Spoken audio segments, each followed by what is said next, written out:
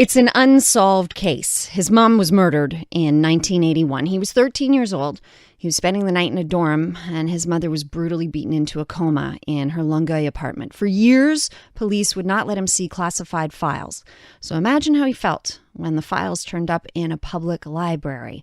When I first talked to Stephane Luce, it was last February. He had founded a nonprofit group to bring together families affected by cold cases. Stephane Luce joins us again now. Hi, Stephane. Hello. How are you? Oh, pretty good. Yourself? Good. I'm good. I'm glad to hear. I want to just start by saying, my heart goes out to you. I feel you've been dealing with this for so many years, and now this. This can't be an easy thing to be dealing with. Tell us how you found out about these files being in the library in Longueuil. Well, the way I found that out is that Meurtres, Disparitions et Résolu du Québec has volunteers working for us, and they wanted to search the archives, so they wanted to show me how good they were. And I said, well, okay, let's go ahead with my mother's case. And, they went to the library, and the same night they came out with 304 pages of my mother's file, so I was stunned. Yeah, I can only imagine. What your immediate reaction? Could you even believe this was happening? Well, actually, no. I had to have the paper in my hands because they told me over, messenger or texting. But when I got the files by the end of the day, I was really stunned. I didn't know what to think, to be honest with you. And what should have happened, Stephane? What should have happened? Yeah. What, you mean? Yeah, what like do you mean by that? where should those files have been? Well, they should stay at the police station. If the case is still open, there's no reason why they should be out of there. Yeah, so how can you explain how, or is anybody explaining to you how they ended up in this library? Well, actually, I was told that the investigators had to make a report, the coroner's report. So I guess they sent the file on June 2nd, 1982. So the coroner could do his report. And after the report was done, I guess everything was put in the same box. And I was told that the non-public wasn't checked on the form that followed the documents to the archives. Oh, you're kidding me! Sorry, back that up, Stephane. It's one simple box that was not checked. Exactly. Well, that's what I was told. But I wasn't told that by the police themselves, but I was told that by other sources I have. Oh, my goodness. We are speaking to Stephane Luce. His mom was murdered in 1981. The files had been classified, and then they turned up in a public library. Stephane, if this happened to you, if it is such a simple thing as not having ticked the right box so that these files were kept private and kept classified, that means it could have happened to others as well, right? Well, I guess it could have, but I have made searches but after that just to make sure. I have 47 families, the members of the organization so far, so I have made a checkup with my volunteers, and they didn't find anything else similar to that. So I hope there's nothing similar to that on the shelves right now. But the library is going to work, through all the archives and make sure it doesn't happen again. Okay, good. So are you frustrated with the police for having not ticked that box? Are you frustrated with the library for not having maybe let you know that these files had arrived?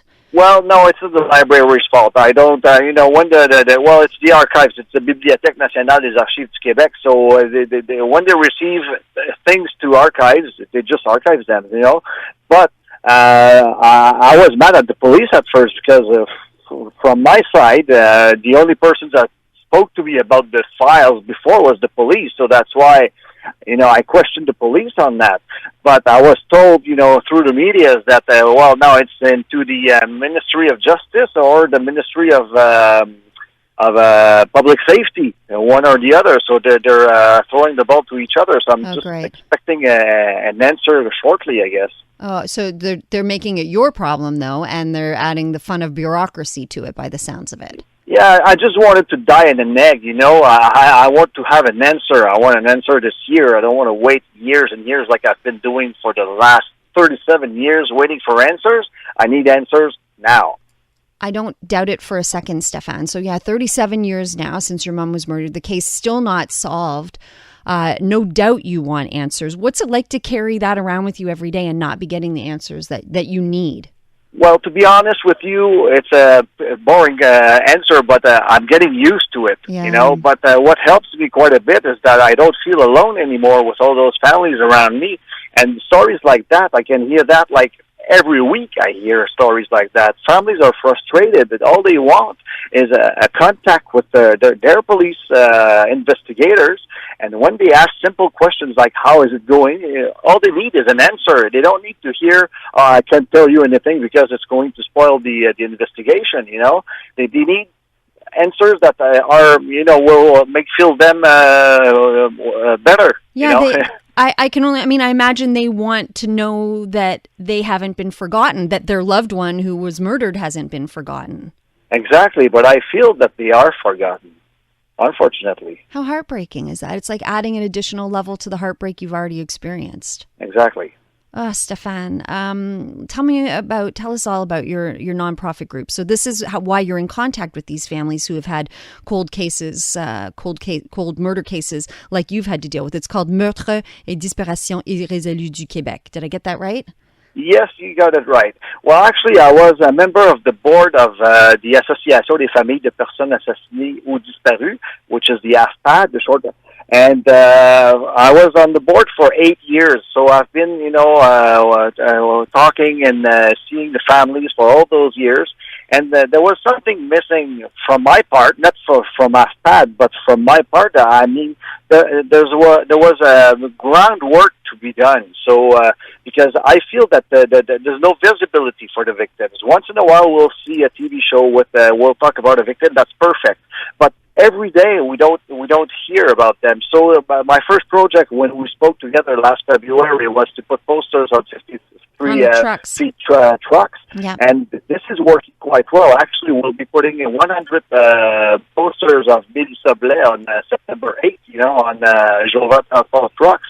Can you tell us who Melissa Blais was? Yeah, she disappeared on November the 2nd, 2017, which is 10 months ago.